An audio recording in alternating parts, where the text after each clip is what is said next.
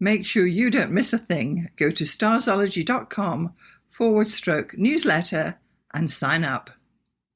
Welcome to the Starzology Astrology Podcast. I am your host, Alison Price, and I'm here with my good friend and co-host, Arwynne O'Neill. Hello, Alison. It's great to be here. Thanks so much for joining me once more. So in this episode, we're going to be talking about Jupiter in Leo. Yeah.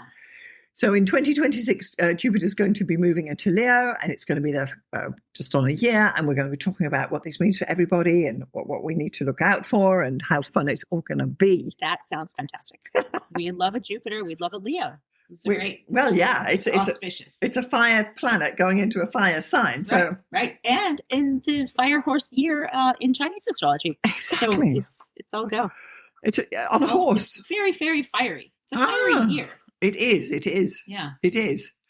So for those of you who don't know, what we're talking about is the planet Jupiter is going to transit. That means it's going to leave Cancer. It's going to enter Leo, going to spend some time in Leo. Whilst it's there, it's going to do a little dozy-do retrograde, and then it will exit. And that's what we're talking about. And it spends about a year in each sign. It takes 12 years to go all the way around the sun.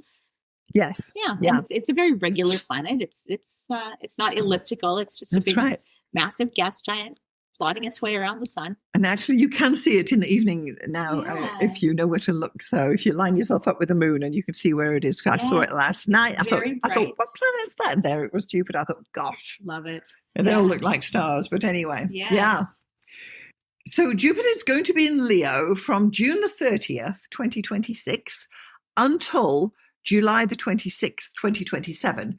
So it's just slightly over 12 months, which is going to be a great thing for everybody. It's a great thing to have. Yeah.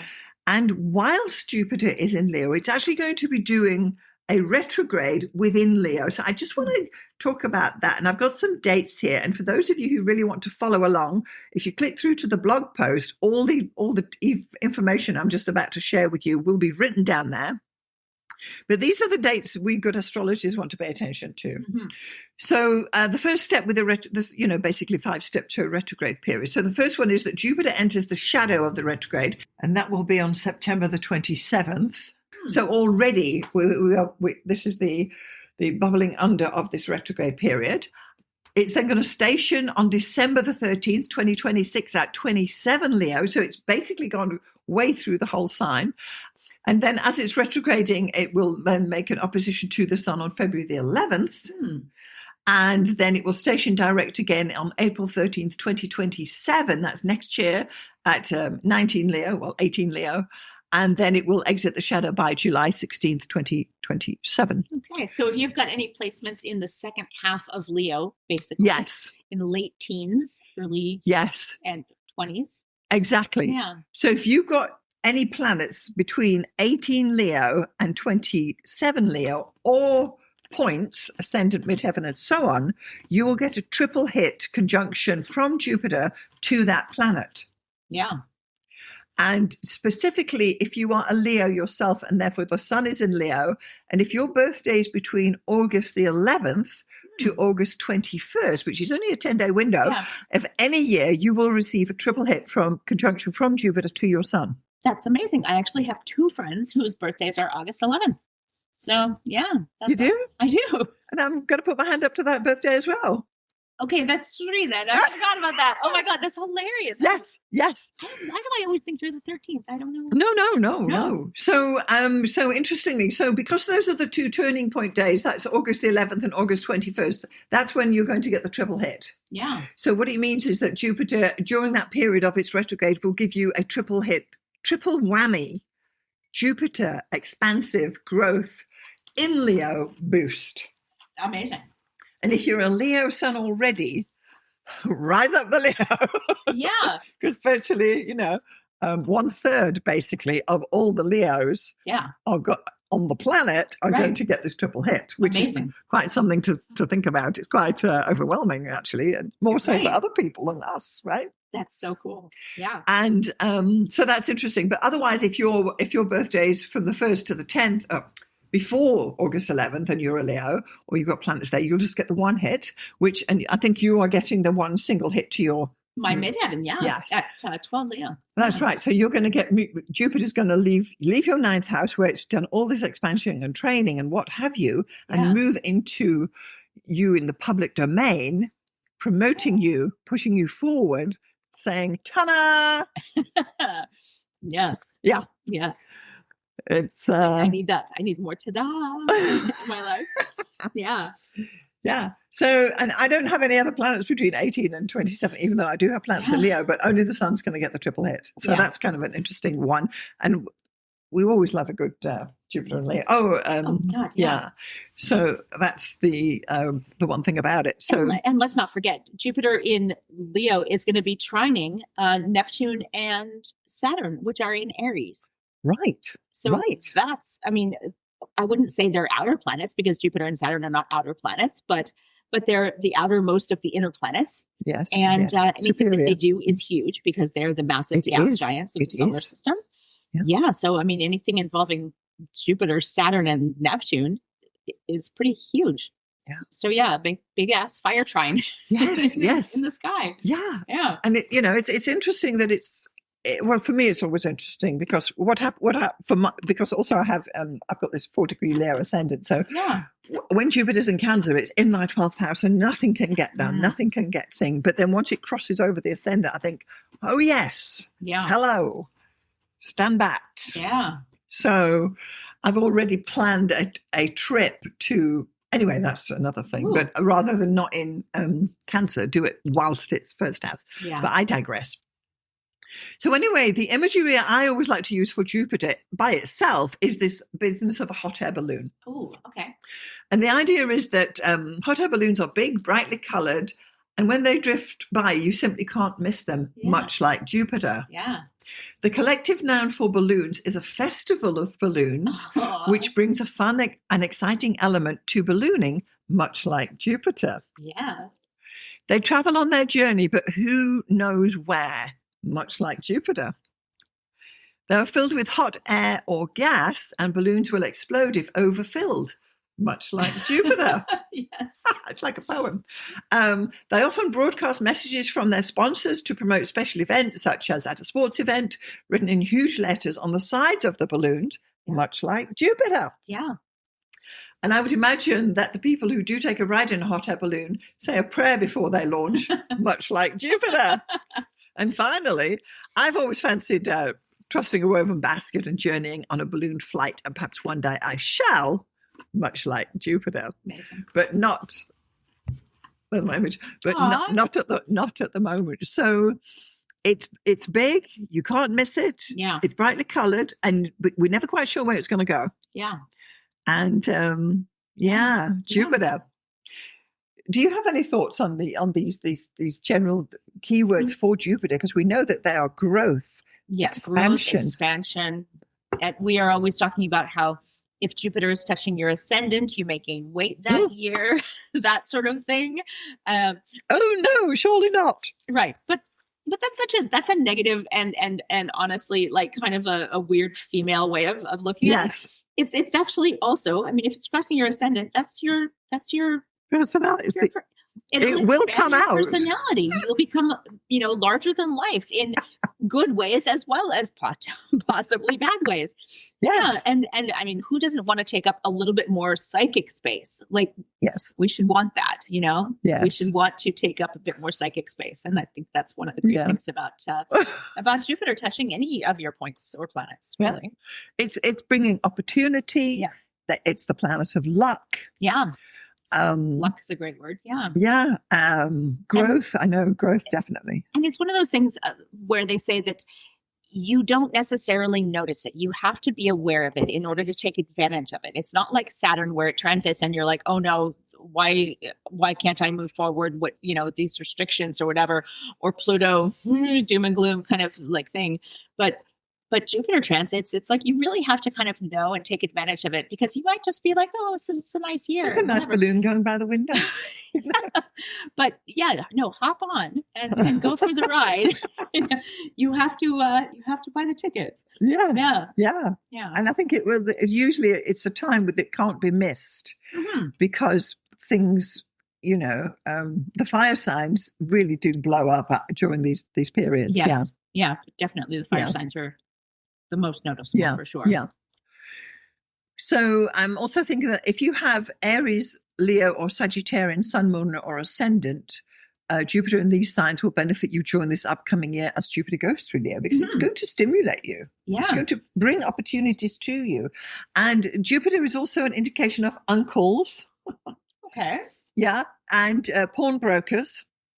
Yes. Okay. And the priests and the preachers and teachers. Okay. Right? Yeah. On like, where you take your watch in and they give that, yeah. Opportunistic. Okay. Yeah. Interesting. Resale. The Etsy's and eBays of the world. Yes. They, would be now. The overextending yourself, so you're having to borrow granny's pearls and that kind of thing. Uh-oh. Yeah. Okay. Interesting. So, but it's not all good news. Yes. So, if your business chart has fire signs emphasized, your business can experience huge growth at this time. So, whatever your business chart is hanging on, the ascendant and the midheaven and the chart ruler therein, pay attention to that as well. Okay. Now, if you are strongly Gemini or Libra, you'll see some support and some good things. You may need to grasp opportunities, fleeting as they may be, because that is now the sextiles. Yeah, that's that. And if you're strongly Taurus, Scorpio, or Aquarius, which are now the squares and the oppositions, you could face the difficult side, and this may suggest an over-excessive situations of overextending yourself, promising too much, not being able to deliver, being overly optimistic about the future. Yes. And relationships going too far into debt or jumping into a relationship too quickly, whether it's business or romance. Yeah. So you've got that too. Yeah.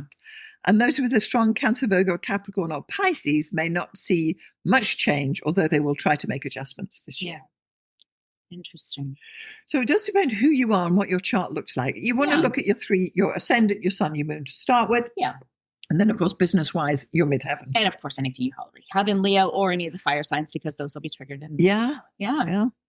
So for me, I find it very optimistic. And I think, how am I going to extend myself even further? Yeah. Because at the moment, I feel at full stretch. But you never know. There might be more where I... Exactly. And here's a weird comparison metaphor.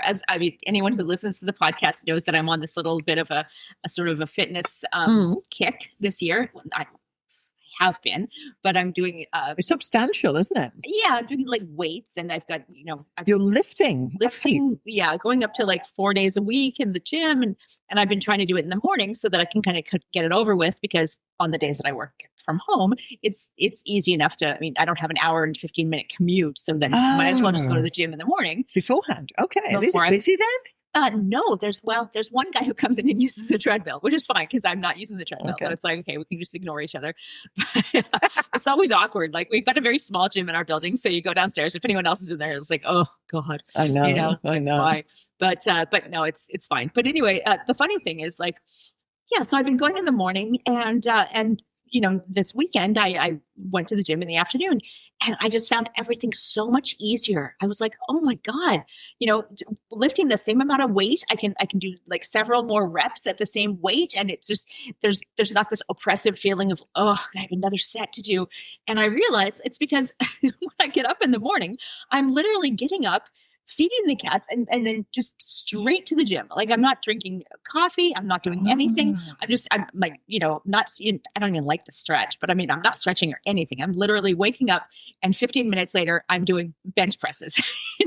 And I talked to my friend who also goes to the gym in the morning. Like, she gets up at like 5 to go to the gym.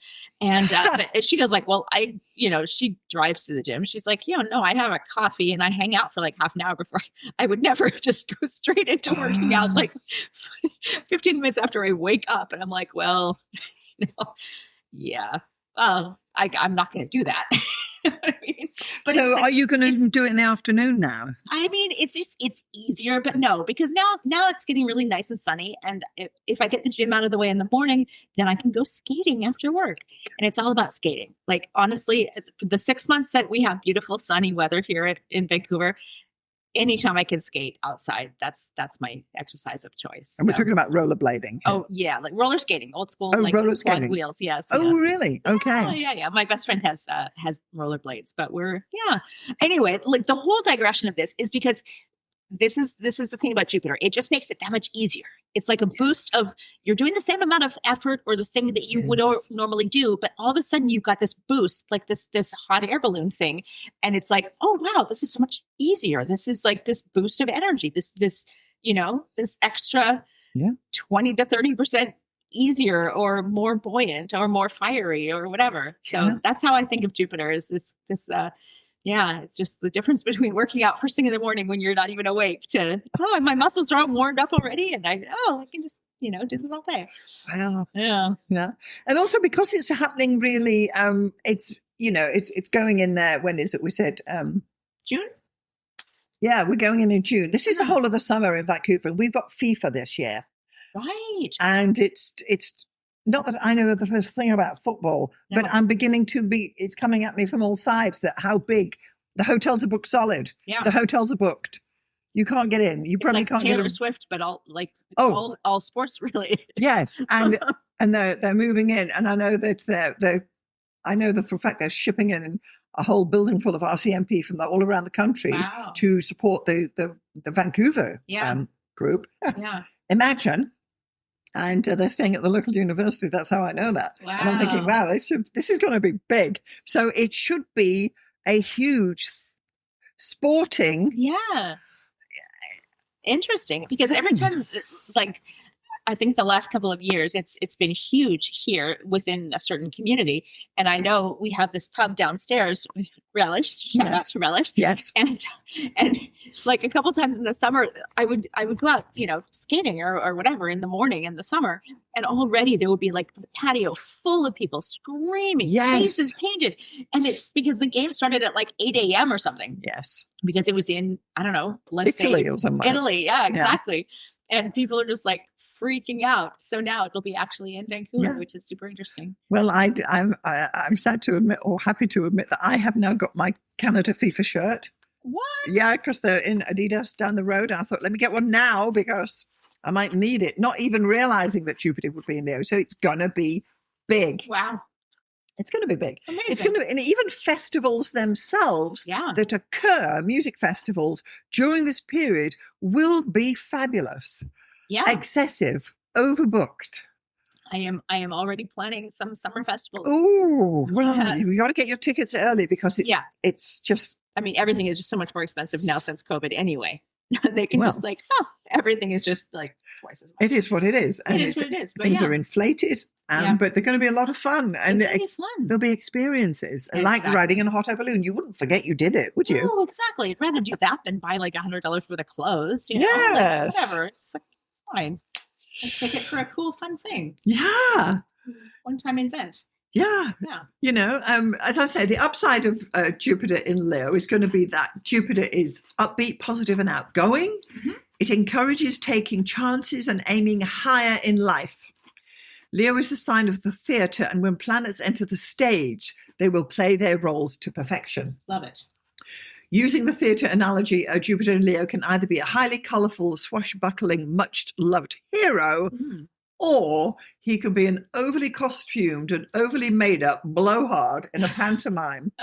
Amazing. Yeah. Yeah. So those are very visual descriptions. I love it. Well, it's those are the upsides of Leo, and then the challenge really is the downside of Leo can be overextension, overdoing things, and excessive behaviour. Yeah. Or just too much of a good thing. Pace yourself, and you'll be fine. Yeah. I mean, that's the classic drama queen. And this is both genders, all genders, drama queens. Yeah. I'm going to, as we like to do, read a tiny, tiny bit from Stephen Arroyo's Exploring Jupiter. Okay. Stephen Arroyo, Saint Stephen, one of our favorite authors.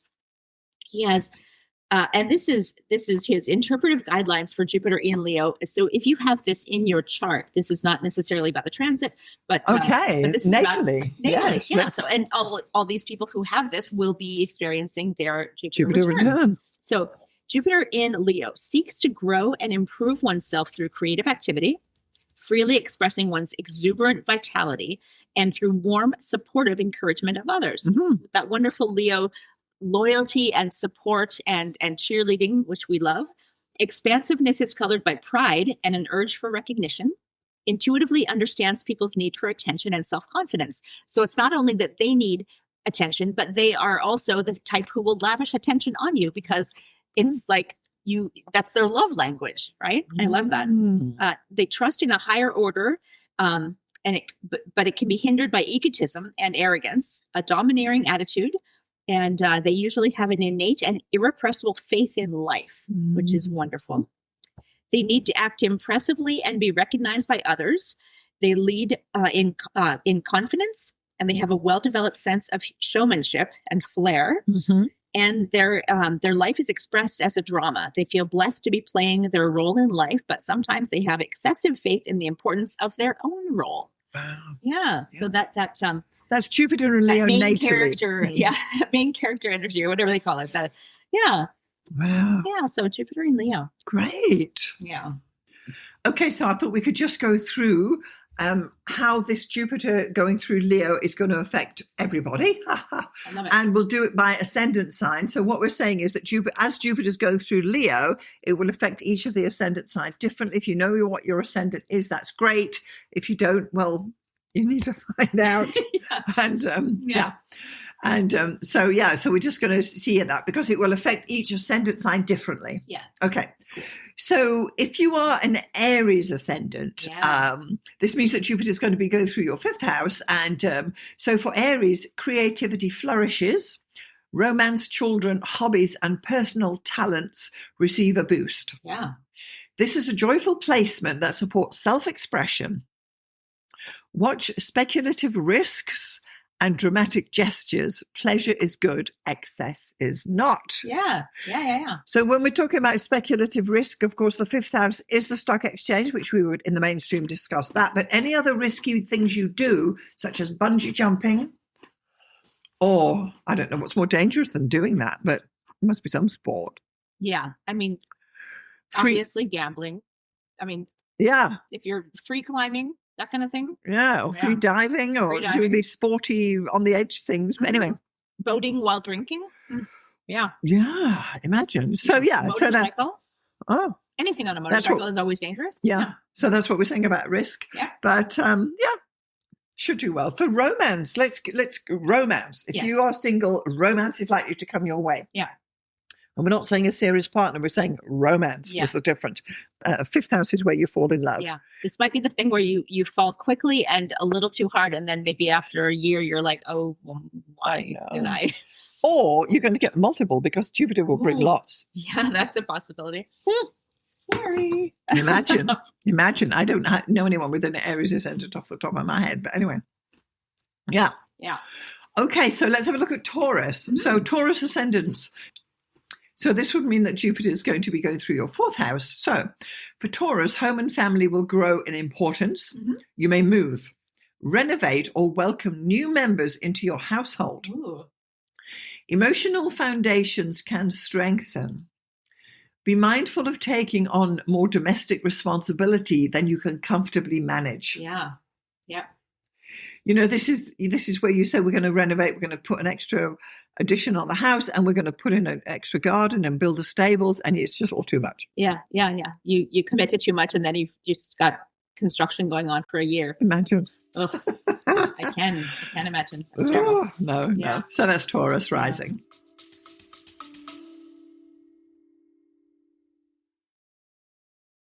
If you are a returning listener and enjoying the Starzology podcast, supporting the show is always appreciated. It helps us continue producing episodes and covers the costs involved in keeping the podcast online. There's a link in the show notes. And then we have Gemini rising. Yeah, my mother has that. Okay, interesting. So listen up, Mom. Yeah. So for Gemini rising, learning expands. Can you believe it? Writing, teaching, speaking, and short journeys are highlighted. This is weekends away. Relationships with siblings and neighbors can improve. It is an excellent period for study and communication projects. And I believe it's best to avoid scattering your attention in too many directions. Yep. That sounds like my mother. So I have one daughter who's got Gemini rising. So yeah, and I don't know what to say about that. Yeah.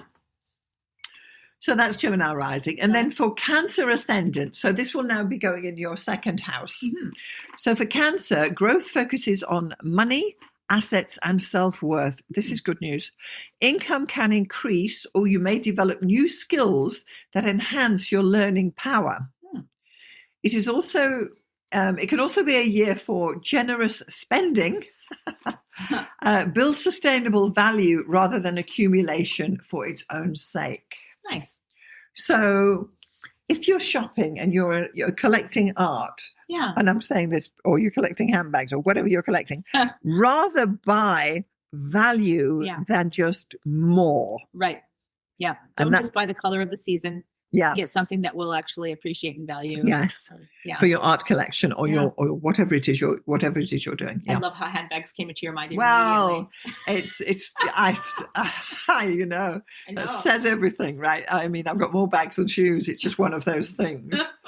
But whatever you collect, and a collection is when you have 3 or more of one item. And there was a time, only 3? Yes. Wow. And at one time in my life, I had wooden birdhouses as decor items, and suddenly they were popping up all over. And eventually it was brought to my attention that enough with the birdhouses. There was no birds in them. They were just ornamental. Of course. I imagine this might have been before Instagram, because, I mean, just imagine if it was like now. The minute you talk about birdhouses, all you'd see in your feed are birdhouses. Like, but it was, they kind of took over. I woke up with a crick in my neck the other day. And the minute I started whining about it on, WhatsApp or something like that to my mother, or just talking about it probably like, literally in my own home, all of a sudden Instagram is just full of like all these videos like, oh, you've got pain right here. It's showing the little red dot literally where I had it. It's like, oh, do this stretch, do this. And I'm like, at first I'm like, stop listening to me. And then I'm like, that seems like a good idea. Yes. Yeah. Well, have you got Alexa in your house? No, I just have a normal phone. Oh, it's always listening. Yeah, I know. They are. Oh, well. All right. So let's have a look at Leo rising. And this is where I'll raise my hand to this one. So this is going to happen in your first house. So for Leo, this is personal expansion. Your confidence rises. You may feel more optimistic, visible, and willing to take chances. Love it. It is a year to begin things, refresh your image, and step forward. Guard against overconfidence and promising more than you can deliver. Okay. So I am very aware of weight gain during this time, and I that is on my front burner, that I need to watch out for that. So, but how much bigger things could get, I don't know, Arwynne, but we'll report back later. All right. Or you'll just let me know. Big personality, big energy. Yeah. Great. All right. So Virgo ascendants, people with Virgo rising. So now this Jupiter will be entering your 12th house. So for Virgo, growth happens quietly. Inner development, retreat, spiritual practice, and completion of old cycles are supported now. Interesting. It can be a reflective year, preparing you for Jupiter's upcoming return to your first house. So if you're a Virgo, it's still coming for you. Right. It's coming a year from now. Yeah. Right. So use this time for meaningful closure and renewal. I love that. Yeah, Clean out the closet in preparation for that big push. Get rid of that person in your life and realize when it's over, and close it down. Yeah. Interesting. Yeah. Okay, so Libra ascendant. So now this is happening for you in your 11th house. So this is my partner. Is it? Okay, lovely. Well, listen up. For Libra, friends, networks, and long-term goals expand. Nice. You may join groups or reconnect with community. Hopes for the future feel possible again, and choose associations wisely rather than saying yes to every invitation. So if he's a member of a hockey team, this is what we're saying, that be careful of overcommitment there, and just, realize there may be other groups, maybe other music groups that will come his way. Opportunities to participate in all these group endeavors that he likes to do. Yeah, right? For sure. I love that. And keeping, I would think, keeping an open mind to people who will mention things offhandedly in your friend groups, and kind of, maybe you'd be like, oh yeah, whatever. But this is the time where that might actually be something. Something might come to fruition out of just a friend mentioning something casually. Oh, you do this? How about, investing in this or whatever? Or growing your own group, or creating your own group. Yeah. Exactly. Your own team, your own associations. Yeah. For sure. Okay, then moving on to Scorpio ascendants. That would be me. That's Arwynne. No. So this is Jupiter in your 10th house. Yes. Pay attention here. Yeah. So for Scorpio and Sarah, for Scorpio, career and public reputation grow. Nice. Promotions, recognition, and leadership opportunities can arise. Right. It is a strong year for professional advancement. Take care not to overcommit or become inflated by status. Uh-huh. So if only. So we did speak about this, that if you were deciding to start your own business or promote it further or push on certain fronts within a business you have, not just the job where you work for the man, this would be the time that you can get it out there, and Jupiter will boost that promotion. Yeah, I love that. And push it out there. Yeah, because the 10th house is like the public version of the first house. The first house is how everyone sees you kind of in person, but the 10th house is kind of like how the world sees you. Your reputation. Yeah. Who are you? Oh, the Arwynne. Oh, she's so-and-so, so-and-so. And that will be promoted when Jupiter's there. So make the most of it. Be ready when Jupiter enters to put out there what you want to be put out there. I've already got a drink named after me at Relish. So well, fantastic. Well, say no more. Arwynne has a drink named after a beautiful cocktail with gin. It's a gin cocktail. It's got some hints of grapefruit and lychee. It's delicious. It's delicious. And I know my daughter had it when we were down there at Christmas, and also Toby. He also ordered one because I told them about it. They said, we must have an Arwynne. I said, I know. It's strong, refreshing, and not too sweet, just like me. And if anyone's listening and would like to know what the recipe is, you can email us and I'll forward it to Arwynne, and we can give a and if you're in Vancouver, just drop by Relish and order the Arwynne. And let us know that you do. That would be great. Absolutely. Take a picture and send it.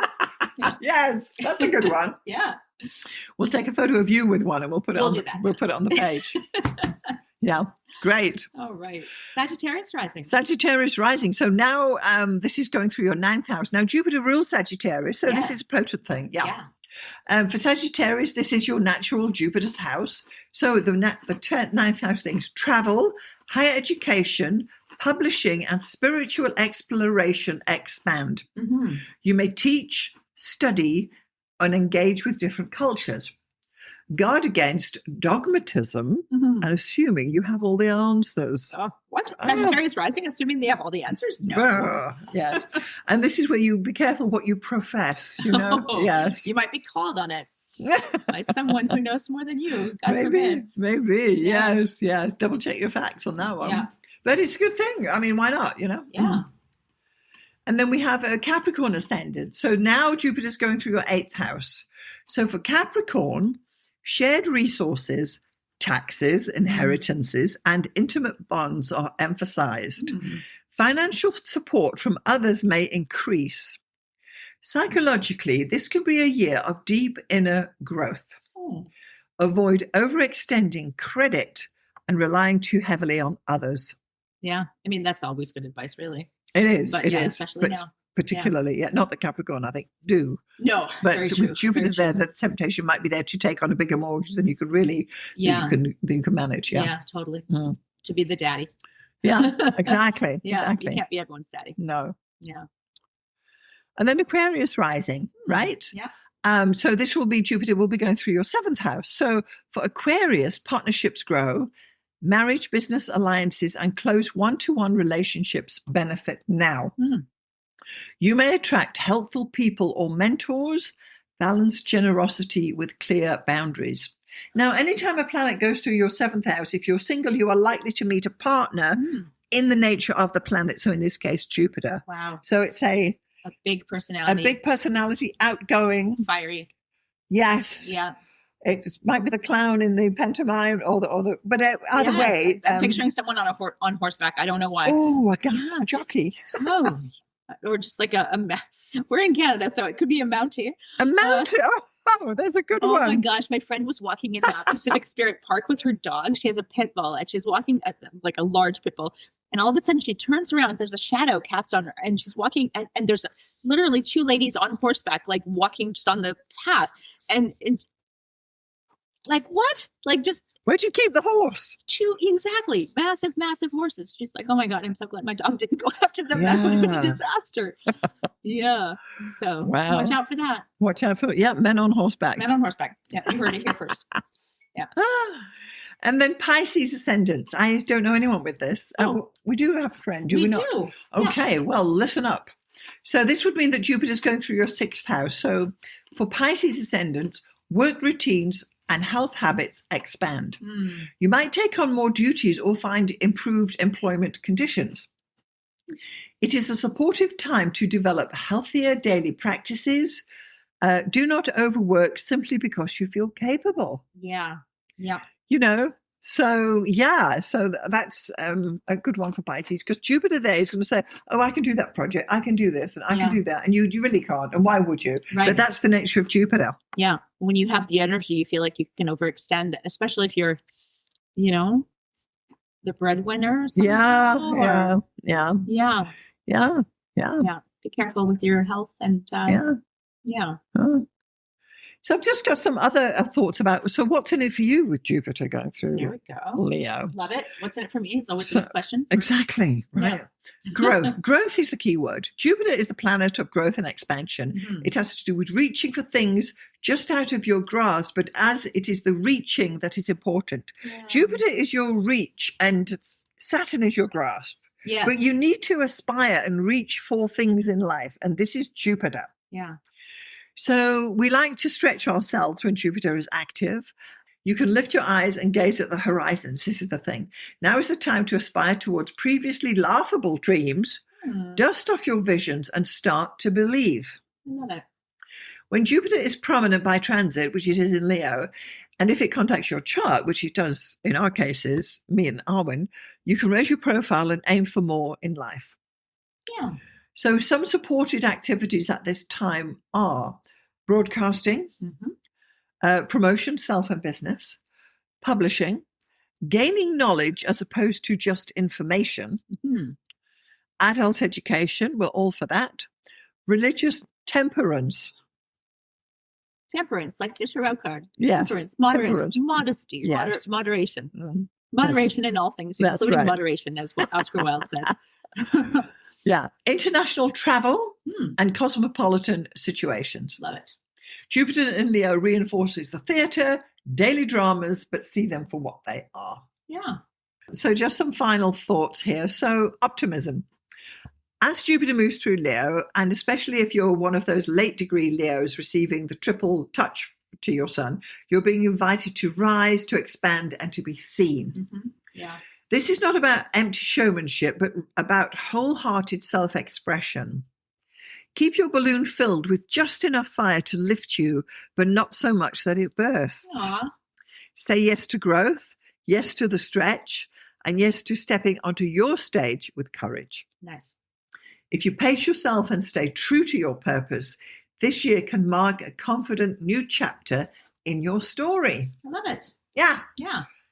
Jupiter in Leo. So we've been talking about the 2026-2027 transit of Jupiter through Leo. We've given you the dates. We've spoken about the retrograde period. We've told everyone whose birthday it is to watch out for that triple hit conjunction of Jupiter to their sun. And we've also discussed some main keywords for Jupiter and also how Jupiter will affect you by each of the different ascendants. Yeah. So if you have found value in this episode, please do consider sharing it with anybody who would be interested. Make sure to share and like it if you're watching on YouTube or even on Apple Podcasts or Spotify. Yeah, leave us a review. Make sure you're following or subscribed. Yes. Give us a 5-star review. Yeah. And if you've got any comments, you can reach out to us at starzology@gmail.com. Make sure you're getting our newsletter, and you can sign up at starzology.com/newsletter. And additionally, make sure you're getting Arwynne's newsletter, and you can find Arwynne at... I'm at mspink.net, mspink.net, and I send out a weekly newsletter every Saturday. Yeah, fantastic. And yeah, so thank you so much for listening, and we'll see you next time. See you next time.